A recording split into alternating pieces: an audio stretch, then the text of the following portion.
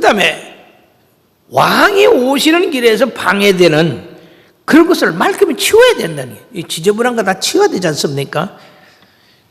우리 마음 가운데 주님을 맞아들이는데 가장 방해되는 요소가 뭡니까? 세상 근심, 걱정, 염려 이런 거 정리해야죠. 그 다음에 교만. 유대인들이 교만해 가서 주님 받아들이지 못했습니다. 또 배타적인 마음. 그런 마음들을 정리해서 곧게 해야 된다. 광야 같은 마음, 아스팔트를 깔아야 되죠. 즉 악으로 기울어진 사람들의 마음에 길을 깔아서 왕이 오실 때 평안하게 오셔야 된다는 얘기입니다. 그러므로 오늘 높은 것은 낮아지고 구부러진 것은 반듯하게 펴고 그리고 메마른 곳에는 부드럽게 그렇게 해야지 된다는 얘기입니다. 심령이 가난한 자는 복이 있나니 천국이 저희 것임이라 라고 했지 않습니까? 그 일을 위해서는 어떻게 되느냐? 회개해야 된다.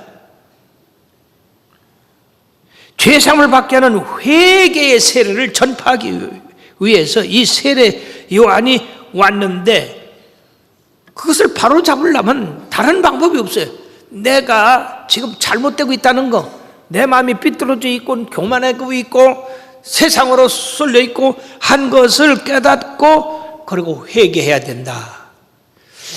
회개한 다음에는 회개한 것으로 끝나는 것이 아니라 그의 증표인 세례를 받아야 된다는 얘기죠.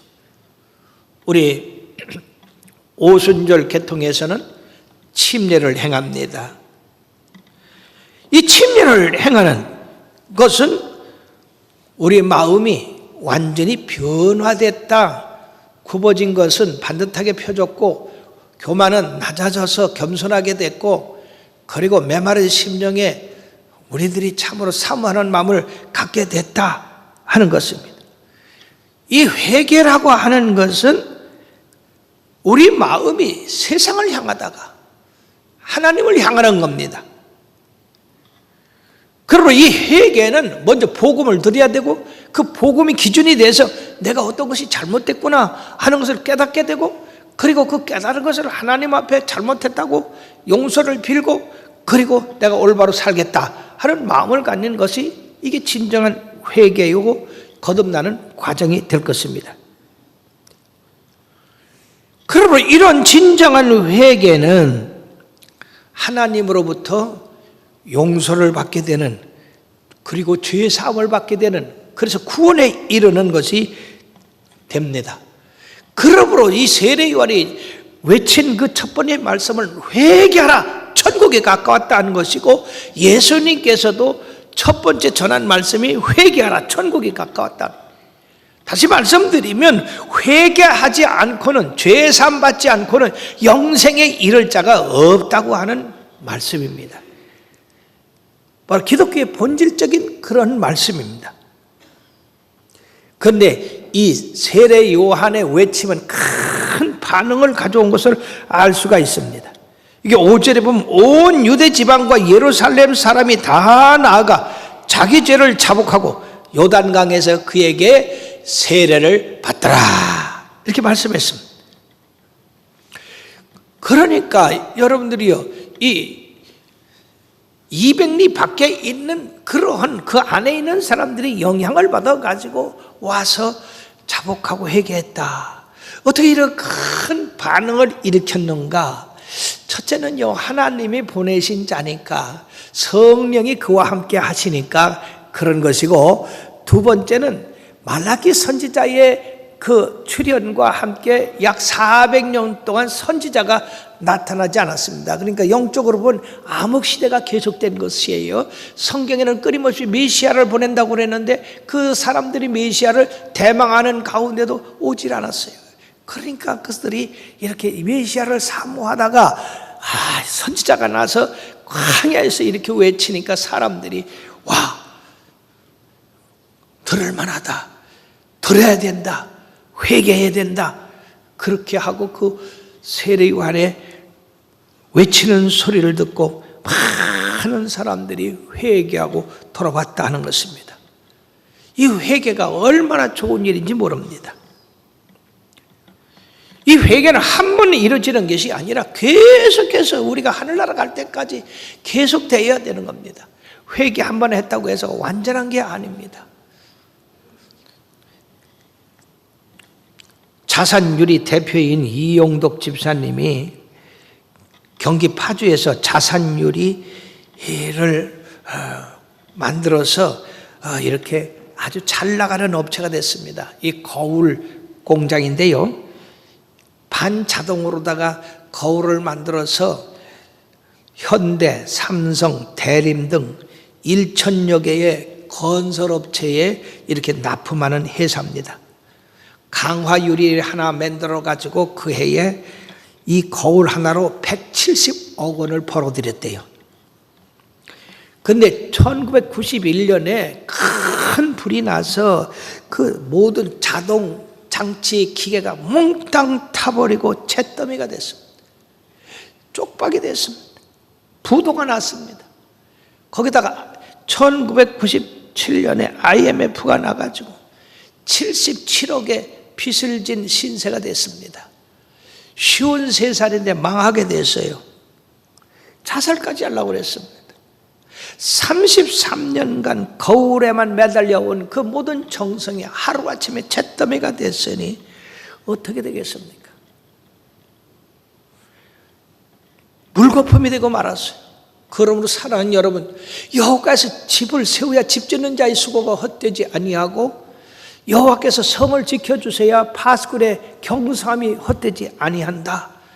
너희가 일찍이 일어나서 늦게 누움에 수고의 떡을 먹음이 헛되도다. 그러므로 사랑하는 자에게 잠을 주시는도다. 여러분들 우리 주님 잘 섬겨야 됩니다. 예, 그래서 그는 도망가려다가 죽으려다가 보따리를 싸가지고 가족들은 좀 새빵 얻어서 보내고 자기는 숙직실에 가서 거기서 먹고 자면서 직공들과 함께 계속 엎드려 기도를 하는 가운데에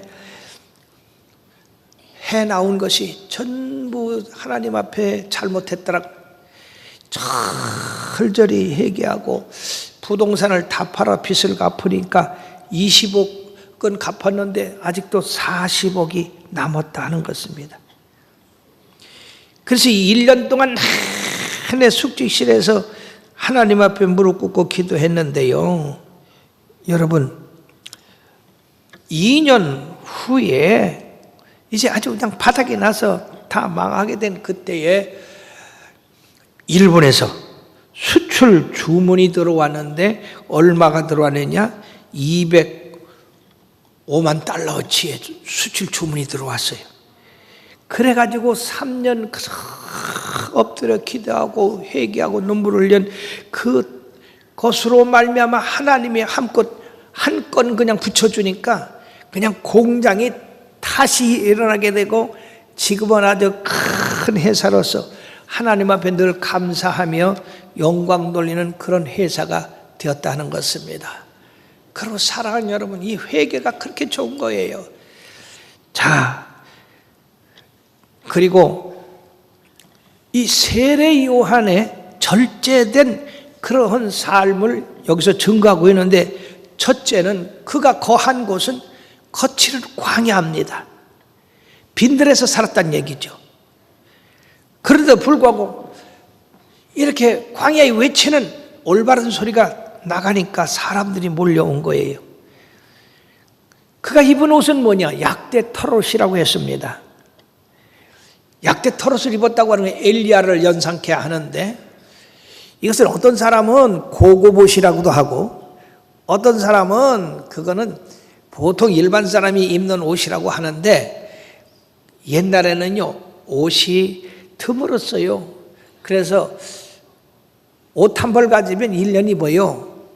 그렇게 질긴 옷 입어야 되잖아요. 예, 약대 털옷 질기고 좋고 따뜻하고, 그러니까 입은 걸로 알고 있습니다. 그가 먹은 음식은 뭐냐? 메뚜기와 석청, 그 사막에 날아다니는 메뚜기, 그 다음에 그 벌들이 자연 꿀 친 거 이런 것을 따서 먹고 생활했어요. 자, 한마디로 말해서 이 세례 요한의 생활은 아주 소박하고 절제되고 그리고 간단한 그러한 청빈한 생활이었다. 오늘날 너무 먹어가지고 탈인데, 여러분들, 우리 예수 믿는 사람들은 먹는 것도 입는 것도 거하는 것도 소박하게 간단하게 절대된 그러한 삶이 좋은 것입니다.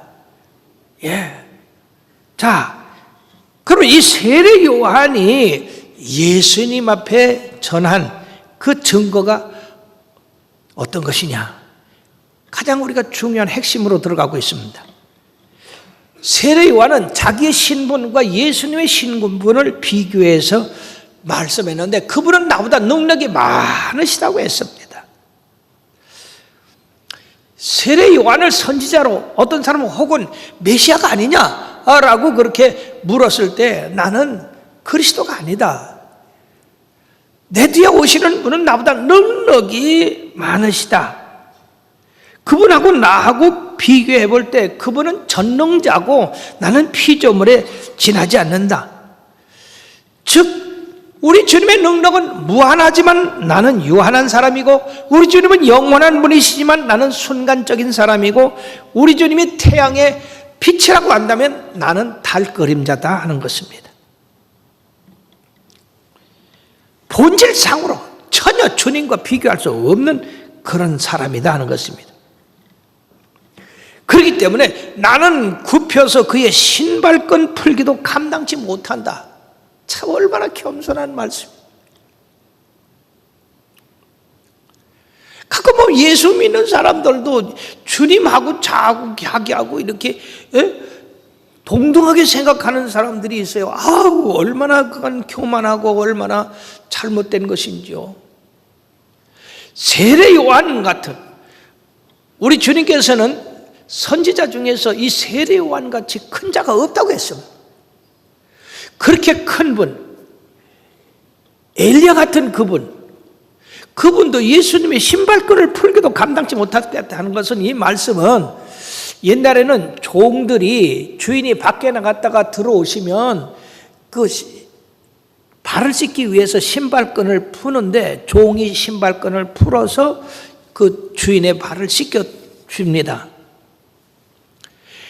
그 낮고 저는 종으로서 무릎을 꿇고 그의 신발끈을 풀기도 감당치 못하다. 우리 주님은 그렇게 높고 고귀하시고 거룩한 분이다 하는 것입니다.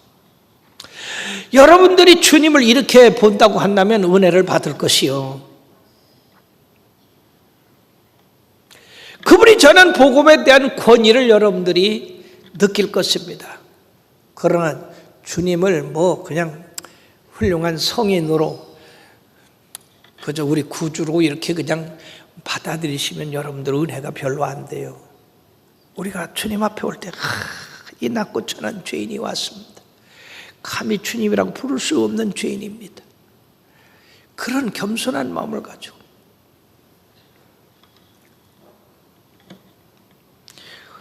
얼마나 많은 사람들이 그리스도의 본체를 보지를 못하고 있느냐는 얘기죠. 그래서 마리아 품에 안긴 맨날 그런 조그만 애기로만 보고 마리아는 더 크게 보고 답답한 사람들입니다. 우리들이 본체를 안다고 하는 것은 우리의 삶에 굉장한 영향이 있는 겁니다. 그러므로 그는 요한복음 3장 30절에 뭐라고 했습니까? 그는 흥하여야 하겠고 나는 망하여 쇠하여야 하겠다 그랬습니다. 바울은 빌립보서 1장 20절에 내 몸에서 그리스도가 존귀하게 되기를 원한다. 우리가 주님 앞에 겸손함을 보이고 주님을 높일 때 우리 주님이 영광을 받으시는 겁니다. 그 다음에 두 번째는 예수님의 권위의 본질상 차이점을 말씀하고 있습니다. 8절의 말씀에 보면 나는 너에게 물로 세례를 베풀었거니와 그는 너에게 성령으로 세례를 베풀이라 이렇게 말씀했습니다. 즉 이 물세례와 성령 세례가 어떻게 다른가? 물세례는 우리가 회개했다고 하는 외면적인 그런 증거로 우리가 물에 잠겼다가 나오는 겁니다. 물에 잠길 때는 내가 예수 그리스도의 보혈의 피로 씻음받고, 그리고 나는 예수님과 함께 죽고, 그리고 물에서 나올 때는 내가 주님과 함께 삽니다 라는 거지만은, 성령으로 세례받는 거는 바로 하나님의 능력과 그 본체가, 본질이 내 속에 들어오는 겁니다. 어떤 사람들은 세례 받으면 성령 받았다고 하는데, 물론 이 성령으로 하지 아니하고는 그리스도를 주라 시인할 수 없다고 하신 말씀에 입각해서 성령 받은 거죠. 성령이 계신 거예요. 그것도 성령의 한 행하는 일입니다. 그런데 이 성령 세례라고 하고 성령 충만이라고 하는 것은 분량의 차이입니다. 여기 컵에 물이 있습니다. 여러분, 이 물이, 이 컵 안에 있는 물이 할 수 있는 것과 양동이에 들은 물이 할 수 있는 것과 저 탱크에 들은 물이 하는 것과 여러분 저 강물이 할 수 있는 것, 그건 차이가 있죠. 똑같은 물입니다. 그러나 양이 많을수록 엄청난 힘이 있습니다.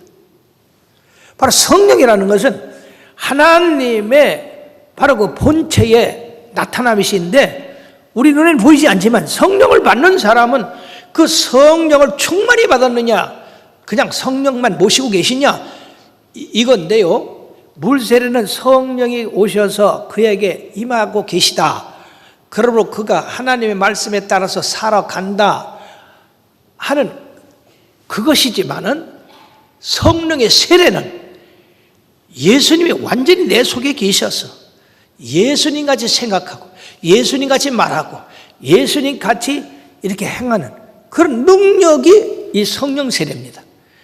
그러므로 베드로를 비롯한 제자들이 물세례만 받았을 때는 그들이 신앙에 세상과 싸워 이길 수 있는 그런 힘이 별로 없었고 미약했습니다. 그렇기 때문에 그 가야바의 뜰에서 이 베드로가 3번씩이나 예수님을 부인한 겁니다. 그러나 성령 세례 받은다면 어떻게 됐어요? 하나님의 능력이 내 속에서 넘쳐나니까 그 사람들 앞에서 너희들이 하나님 앞에서 하나님 말씀 듣는 것과 사람 말 듣는 것 어느 게 옳은 것이 판단나라. 다른 이로서는 구원은 없나니 천하 인간의 구원을 준 이름이 예수님밖에 없다. 여러분들이요, 그 재판정이 예수님을 십자가에 못 박은 재판정입니다. 그 앞에 가서 그렇게 담대게 외쳤어요. 그러니까 사랑하는 여러분, 나는 물로 너희들에게 침례를 주지만 우리 예수님은 성령으로 침례를 준다. 그러니까 이게 전혀 그 직분이 다른 것입니다. 바로 이 물세례는 성령 세례를 받기 위한 예비 단계다, 그 말씀입니다. 그럼 우리가 물로 침례를 받아야 되지만 성령의 불세례를 받아야 돼요. 그래서 여러분들의 신앙이 미지근 온 사람들은요, 주님 앞에 기도하세요. 성령의 불세례를 주어서 성령으로 온전히 인도되는 내가 되게 하여 주옵소서. 그럴 때 우리가 주님이 기뻐하는 성도가 될 수가 있어요.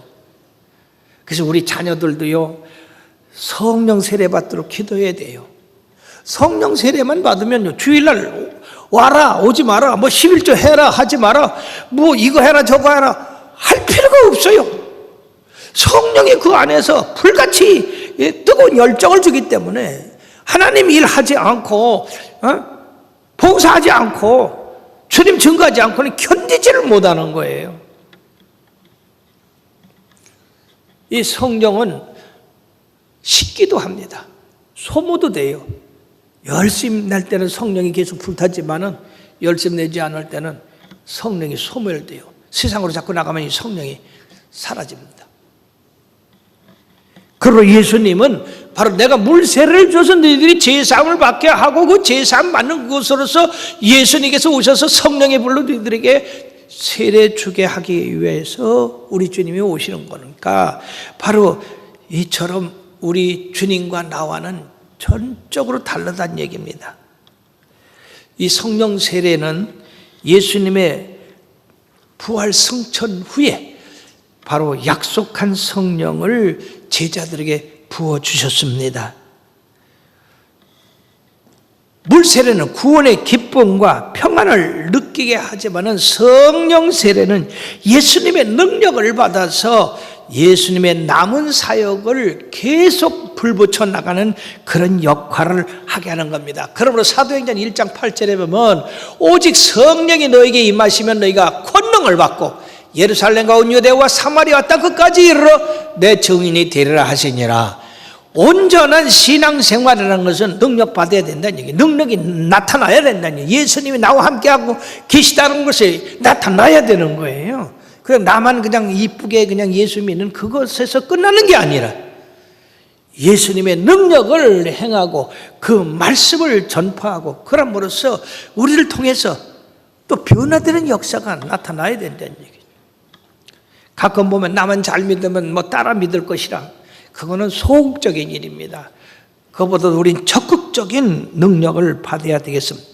사도행전 2장에는 이 성령 세례를 받은 사람들이 어떠한 삶을 살았는가 하는 기록입니다. 사랑하는 성도 여러분들이요, 여러분들이 물 세례로 받았지만 성령 세례도 받으시기를 바랍니다. 성령 세례 받은 사람은 자기도 알고 남도 알아요. 근데 착각되는 사람들이 있어요. 예수님 착실하게 믿고 성령님이 내 안에 계시다, 그것만 가지고 나는 성령의 불세례 받았다라고 할 수가 없습니다.